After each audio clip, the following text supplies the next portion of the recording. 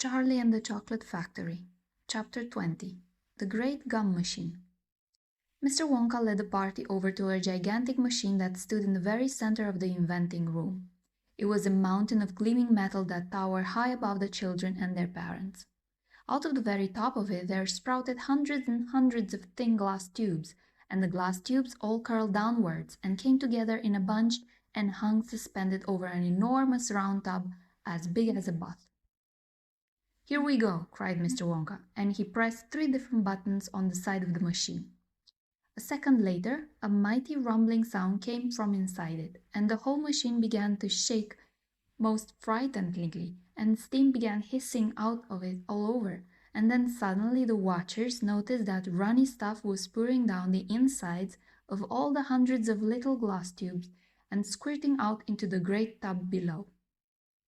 And in every single tube, the runny stuff was of a different color, so that all the colors of the rainbow, and many others as well, came sloshing and splashing into the tube.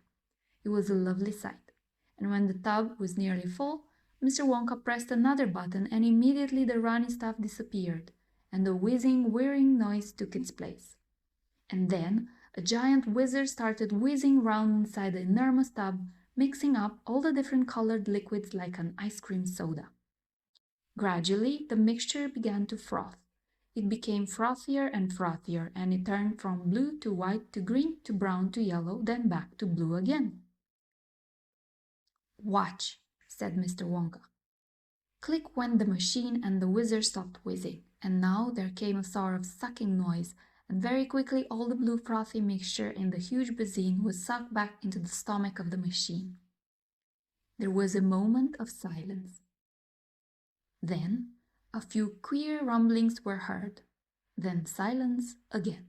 Then suddenly the machine let out a monstrous mighty groan, and at the same moment a tiny drawer, no bigger than the drawer in a slot machine, popped out of the side of the machine, and in the drawer there lay something so small and thin and grey that everyone thought it must be a mistake.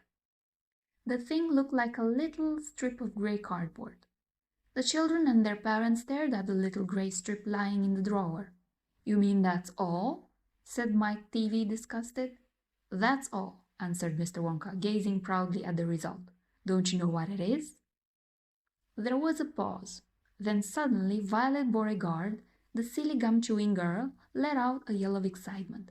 "By gum, it's gum!" she shrieked. "It's a stick of chewing gum!" "Right you are!" cried Mr. Wonka, slapping Violet hard on the back. "It's a stick of gum. It's a stick of the most amazing and fabulous and sensational gum in the whole world."